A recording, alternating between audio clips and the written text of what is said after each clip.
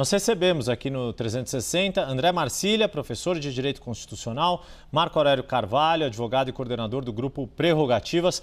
Pedro Venceslau segue na tela aqui também para me ajudar na condução desse debate. Muito boa tarde, obrigado a ambos desde já pela disponibilidade de estarem conosco, sempre ambos muito cordatos e muito solícitos em atender aqui a CNN. Já sabem como a gente costuma trabalhar nesse tipo de situação, então já deixo aqui meu boa tarde, já quero colocar uma primeira questão para ambos tratarem, começando contigo, André Marcília.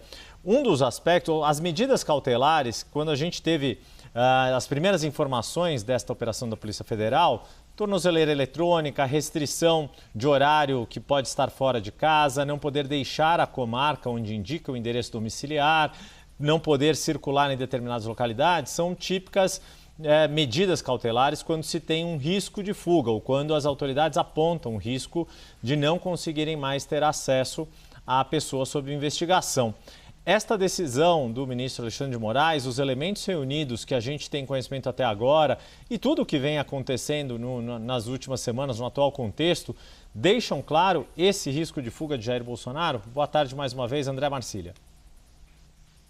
Boa tarde, cumprimento a todos, a toda a audiência.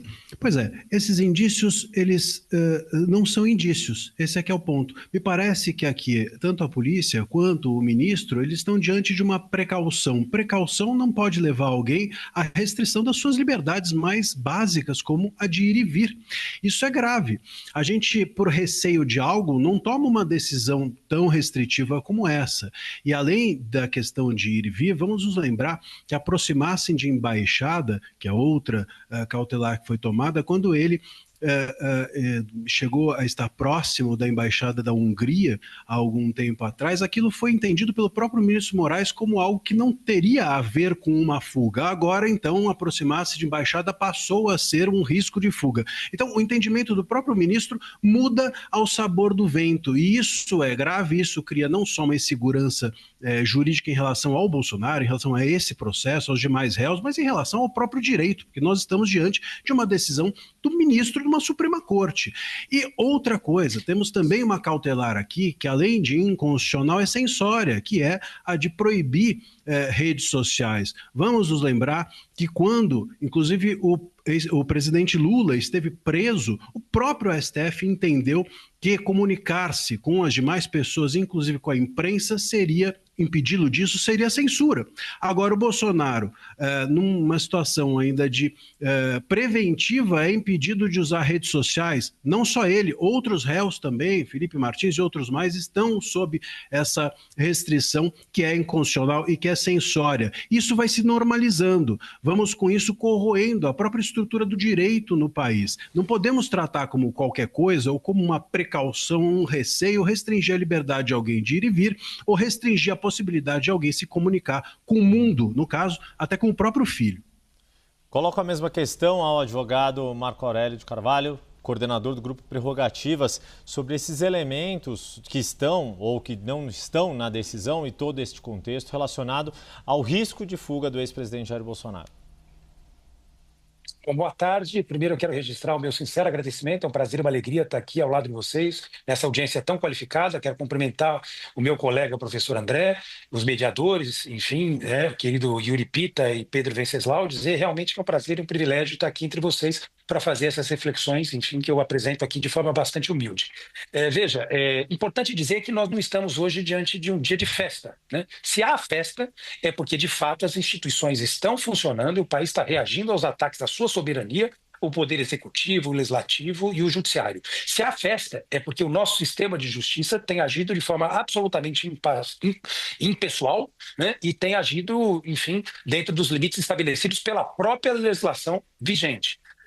Eu queria primeiro deixar claro que eu acho que cabe a todos nós garantistas, que não somos garantistas de ocasião, defender que o que vale para Chico vale para Francisco, né? Nós não queremos que ninguém esteja acima da lei e nem tampouco abaixo dela, né? Isso vale para os nossos adversários e seguramente para os nossos aliados, né? Então, essas cautelas a gente tem que apresentar já de imediato, né? A nossa coerência é um valor do qual nenhum de nós seguramente vai abrir mão. E não é um dia de festa, sobretudo porque nós estamos diante de fatos graves. O ex-presidente Bolsonaro, o ex-presidente da República, tentou contra a ordem constitucional vigente, não há dúvidas em relação a isso, em que pese o fato da gente ter que respeitar a presunção de inocência, o devido processo legal, as prerrogativas dos advogados dele, que ele constituiu de forma livre e espontânea, mas para mim, enfim, basta ler a peça do Procurador-Geral da República para a gente chegar à conclusão de que não há dúvida sobre a responsabilidade dele, mas que se respeite o devido processo legal. Mas não é um dia de festa, nós estamos diante de fatos gravíssimos. Havia, na verdade, um projeto em curso para matar o então presidente eleito, nosso querido presidente Lula, presidente em exercício, para matar um ministro do Supremo Tribunal Federal, né? O projeto Punhal Verde e Amarelo, enfim, muitas coisas extremamente graves. Mas falando do debate em si, das medidas cautelares, a gente tem que examinar isso à luz da coerência do próprio ministro que as exarou. Lembrando que a primeira turma confirmou por unanimidade. Portanto, já não é uma posição isolada do ministro Alexandre, tá? Mas se nós formos analisar as decisões do ministro Alexandre, e eu tenho o privilégio de advogar na corte, tenho visto várias nesse sentido, ele está sendo coerente com o que ele pensa. Se está correto ou não está correto, isso é outra história. Portanto, não tem aqui uma decisão de ocasião encomendada com um determinado objetivo para determinado réu. Isso é importante deixar claro. Agora, há justificativas claras para as cautelares. Se eu, como juiz, poderia optar por outras cautelares, por outras medidas, talvez menos restritivas, isso é outra história. Mas se a gente for analisar a decisão e as circunstâncias dos fatos em que ela foi exarada, não vamos chegar a dúvida nenhuma. Elas têm uma justificativa bastante sólida. Veja, o colega André sabe disso, que é uma pessoa extremamente preparada, por quem eu tenho um profundo respeito. O Bolsonaro foi à Embaixada dos Estados Unidos recentemente, supostamente conversar com um adido qualquer sobre temas de natureza comercial. Já tinha ido, enfim, à Embaixada da Hungria, né? Vocês sabem bem disso. O filho foi mandado, abandonou o mandato popular, foi mandado para os Estados Unidos para articular a resistência, e o presidente dos Estados Unidos manda uma carta praticamente, enfim, acolhendo o Bolsonaro e denunciando uma perseguição política que não existe. Então, essas cautelares, elas estão no bojo dessas preocupações que são saudáveis. Para concluir, há motivos fundados para acreditar que ele vai fugir da jurisdição brasileira. Isso é muito grave e, portanto, eu tenho que respeitar a decisão do Supremo. E em relação ao Lula, por fim, só para lembrar, o Lula, na verdade, foi privado do direito de falar por toda a eleição. Né? Teve decisão do ministro Toffoli, que era presidente da corte, decisão do ministro Fux, contra, inclusive, uma decisão do então ministro Ricardo Lewandowski. Nós só conseguimos reverter isso lá na frente, depois dele ter passado muitos dias na prisão. Portanto, frutas, né? Bananas e maçãs são frutas, mas bananas são bananas e maçãs são maçãs. Vamos diferenciá-las. Deixa eu passar a palavra aqui para o Pedro Venceslau colocar uma questão também. Obrigado. E vou pedir de novo para a gente conseguir manter, na medida do possível, o equilíbrio do tempo entre ambos aqui. Pedro Venceslau, boa tarde. Não, eu já dei boa tarde para você, a sua pergunta. Boa tarde aos dois. Quero fazer a mesma pergunta para os dois, começando pelo Marco Aurélio, sobre essa lei do atentado à soberania, uma lei que foi sancionada pelo presidente Bolsonaro em 2021, e é uma lei relativamente nova no Código Penal, que prevê o seguinte, uma tipificação que é negociar com o governo ou grupo estrangeiro com o fim de provocar atos típicos de guerra. A minha pergunta não é um pouco subjetivo identificar o que seria um ato típico de guerra, definir o que é um atentado à soberania? Marco. Não há a menor dúvida, mas nós temos requisitos materiais. Obrigado pelo privilégio, enfim, da oportunidade de responder essa pergunta que é extremamente relevante. Importante lembrar, como você disse, que ela foi sancionada pelo Bolsonaro e ela passou, enfim, pelo Congresso Nacional por amplos debates, né? Debates profundos em relação a esse tema, dos quais todos nós participamos. Hoje nós temos um risco por conta do conluio feito pela família Bolsonaro, por esse clã que se avoca à condição de patriota, que nunca teve, isso está claro diante de toda a opinião pública. Nós temos um risco não só à ordem pública, mas à ordem econômica. O país está sofrendo duras restrições de natureza tarifária sem justificativa de ordem econômica. Nós sabemos, enfim, que nós temos uma desvantagem na balança comercial histórica, que o presidente Lula foi à cadeia nacional ontem, inclusive, anunciar, salvo melhor juízo, acumulada nos últimos 15 anos em quase 400 bilhões de dólares. Não é um número qualquer. É uma desvantagem bastante significativa. Não havia justificativa para qualquer restrição dessa natureza. E o próprio Trump, na carta de ontem, deixa claro que ele impôs essas restrições e essas medidas em caráter punitivo para nos atingir por conta de uma suposta perseguição que o Bolsonaro estaria sofrendo. Tá? Então, que há, na verdade, um crime contra a soberania nacional, eu não tenho a menor dúvida em relação a isso. Eu não tenho a menor dúvida. A presença de um dos filhos do Bolsonaro nos Estados Unidos deixa isso claro. Agora, veja, tudo nessa família é curioso, né? Nós nunca tivemos na história do país uma tentativa de golpe, nem no mundo, tão fartamente documentada como a deles, né? Ao que parece, realmente o ditado está certo. Deus limitou a inteligência e não fez a mesma coisa com a burrice. Eles conseguem sempre produzir muitas provas contra eles. Recentemente, eles usaram, inclusive, salvo o melhor juízo, o espaço da CNN, para confirmar a participação deles, enfim, a esses crimes contra a soberania. Então, para mim, não há dúvida de nenhuma natureza. E agora, vamos deixar de lado disputas de natureza ideológica, somos todos brasileiros e precisamos defender os interesses nacionais. Como disse o presidente Lula, o Brasil é dos brasileiros e das brasileiras. Senhor Marcílio. Olha, eu acho que, assim, em primeiro lugar, acho que aqui a gente não tem adversário ou aliado, né? A gente está analisando a Constituição e a lei, e assim precisa ser.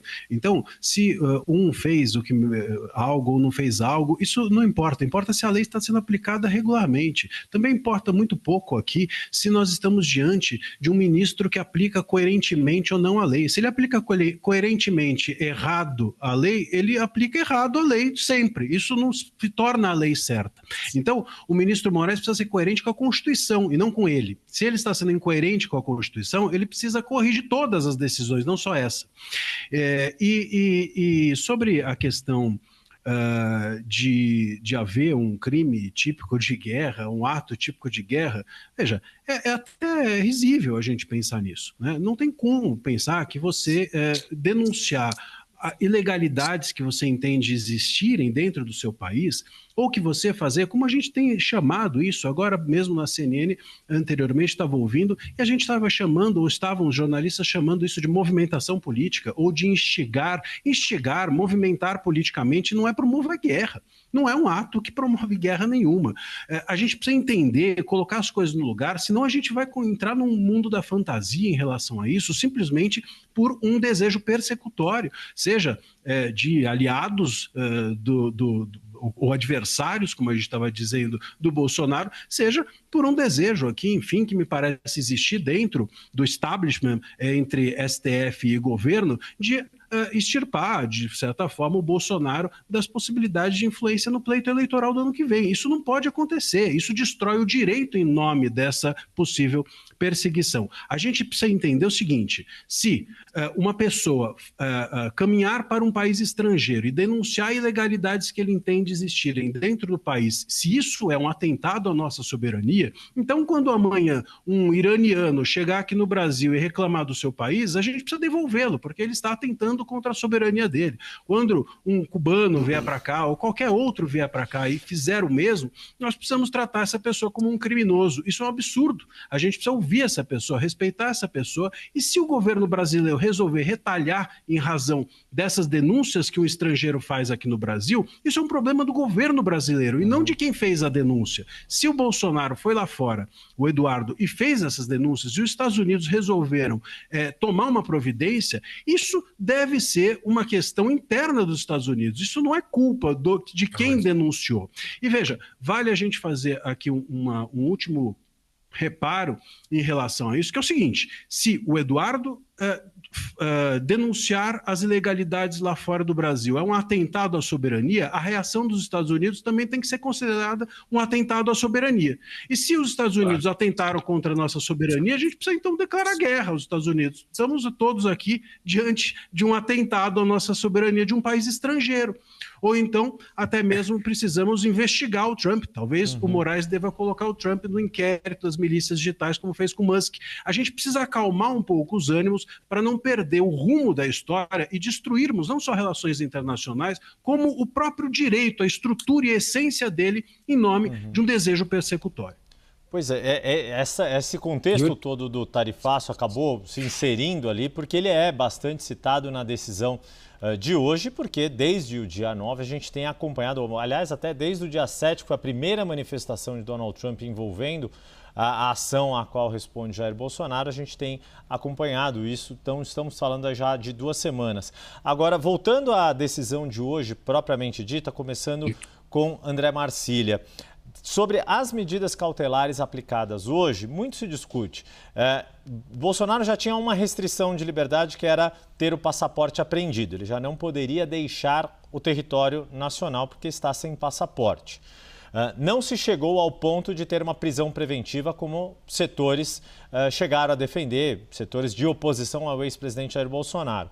Mas as medidas tomadas hoje, as medidas cautelares, elas chegam a configurar uma prisão de fato e mais, elas podem ser tomadas, estas medidas cautelares, elas deviam estar explicitamente escritas na legislação ou é papel de quem julga, quem toma a decisão de adotar essas medidas cautelares, construir uma solução que seja a mais adequada para a situação? E aí, no caso aqui, o que aponta o ministro é de que o uso das redes sociais é nocivo para a investigação e para os crimes que se aponta que estejam ocorrendo por meio das redes sociais, começando com o André Marcília. Veja, um juiz tem todo o direito de ter receio ou de acreditar, enfim, que ele deve tomar medidas que coíbam a possibilidade de um crime. Ele só não pode, em nome disso, passar por cima da Constituição e da legislação. Ele não pode usar a sua criatividade para fazer, enfim, das medidas algo que ele deseja. A lei é o que é, não o que deseja um juiz. Então, no momento em que ele tem receio de que as redes sociais possam ser utilizadas para instigar alguém, nesse momento, se ele passa por cima do princípio básico da nossa Constituição, que é a liberdade de expressão, ele está violando a Constituição, ele não tem direito de fazer isso. No momento em que ele acredita que há um receio de fuga, bom, ele precisa então fazer com que a fuga não aconteça sem passar por cima da legislação e da Constituição e limitar severamente o direito de ir e vir. A gente está diante aqui de uma prisão. O que foi deferido foi uma espécie de uma semiaberta com prisão domiciliar, uma mescla, uma invencionice, mais uma do ministro Moraes, que não responde a absolutamente nada do que está previsto na nossa Constituição. Veja, a gente precisa também aqui assentar um ponto que parece que nós perdemos nesse país, que é o seguinte: e se existe um receio, nós não podemos reagir de qualquer maneira a esse receio, nós que eu digo aqui, Estado e sobretudo o STF, porque o STF é o guardião da Constituição. Ele precisa usar a Constituição. Se a Constituição é insuficiente para as reações que devem ser feitas, então que se mude a Constituição, mas não que os juízes passem a utilizar a Constituição que eles gostariam que existisse. E essa subjetividade, ela destrói, repito, o Estado, ela corrói as instituições, ela faz com que os juízes se tornem mais importantes do que as suas decisões, do que a legislação que existe, e isso é totalmente indevido. Isso é o oposto exatamente ao que a gente chama, ou gostaria de chamar, de Estado democrático de direito. Coloco a mesma questão a Marco Aurélio de Carvalho em relação às medidas cautelares que foram tomadas, se elas chegam a configurar algum estado de prisão ou se não, ou se elas são uma escala coerente e condizente com o que diz a lei, numa situação ali de risco de cometimento de crime ou atrapalhar o curso das investigações. Marco Aurélio de Carvalho. Obrigado mais uma vez, Yuri. Isso me permite dialogar com uma pergunta anterior, para deixar claro para o meu colega e para a nossa audiência, que quando eu aboquei a coerência do ministro Alexandre de Moraes, foi a coerência em interpretar a lei. Eu posso ter discordâncias pontuais e cabe a mim, como advogado, eventualmente recorrer em relação a elas, mas eu tenho que respeitar, enfim, o Supremo como última instância. Ele tem sido coerente na interpretação que ele faz da Constituição, na interpretação dos fatos conforme a Constituição, para deixar bastante claro, né? E isso é importante, porque isso tira um argumento do bolsonarismo de perseguição política. Não se trata de perseguição política. O ministro Alexandre tem agido dessa forma em relação a fatos, enfim, bastante semelhantes em todo o processo do 8 de janeiro e em todos os outros processos que estão sob jurisdição dele. É um dado extremamente relevante que eu quero aqui registrar e reconhecer, né? Isso é importantíssimo. Número 1. Número 2, as medidas cautelares são seguramente uma escala, né? E há previsões específicas na legislação, previsões expressas para a utilização dessas medidas. Então, se elas fossem uma espécie de prisão, elas não seriam medidas cautelares. Na verdade, o ministro já determinaria a prisão propriamente dita. Se elas, na soma, levam a algo que se equivale, isso não é para o Bolsonaro ou apenas e tão somente para ele ou para os réus do 8 de janeiro. Isso é para todo e qualquer brasileiro que está sujeito a essas mesmas medidas. Eu tenho casos no meu escritório, seguramente o André deve conhecer vários, que são rigorosamente iguais com esses mesmos tipos de medidas. Isso é importante dizer para a audiência. Portanto, não há pirotecnia, não há criação, não há perseguição, não há absolutamente nada. A aplicação da lei segundo uma interpretação, que os advogados podem ou não, eventualmente, concordar e têm direito de recorrer né? No nosso país, o nosso sistema de justiça é independente, é autônomo, e nenhum país vai nos tutelar. Não pode e não vai, porque nós vamos reagir. Há motivos fundados para a adoção dessas medidas cautelares. Se elas, na soma, são excessivas, desnecessárias, isso é um debate que nós podemos fazer, mas há o que a gente chama no direito de subsunção do fato à norma. É como se, aquele caso, na verdade, nós tivéssemos uma luva se encaixando perfeitamente à nossa mão. Né? Há uma situação perfeita para configurar a adoção destes cuidados que não são meramente cuidados e não foram aplicados de forma subjetiva. Tem elementos materiais. Ele foi à embaixada dos Estados Unidos, ele foi à embaixada da Hungria, o filho dele está nos Estados Unidos atentando contra a soberania nacional. Isso é crime, ele é um deputado federal, ele tem que ser cassado. Isso é crime e ainda avoca a condição de patriota. Isso tem que indignar o petista, o bolsonarista, todo e qualquer cidadão, todo mundo que está aqui nessa bancada. É muito grave o que eles estão fazendo. Eles adotaram essas medidas tarifárias, que eles abocaram como uma vitória deles, anunciando que, inclusive, outras coisas aconteceriam, promovendo uma verdadeira guerra. O André sabe que tem vários tipos de guerra hoje. Nós vivemos numa democracia moderna, nós podemos ser atacados de várias formas. Não se utiliza só o canhão, nem apenas e nem principalmente o canhão.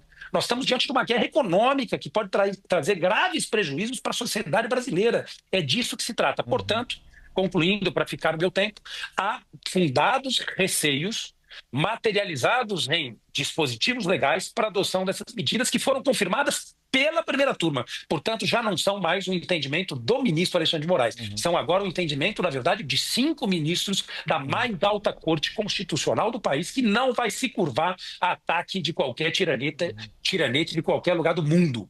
Nós vamos defender a soberania do Brasil e a rigidez das nossas instituições.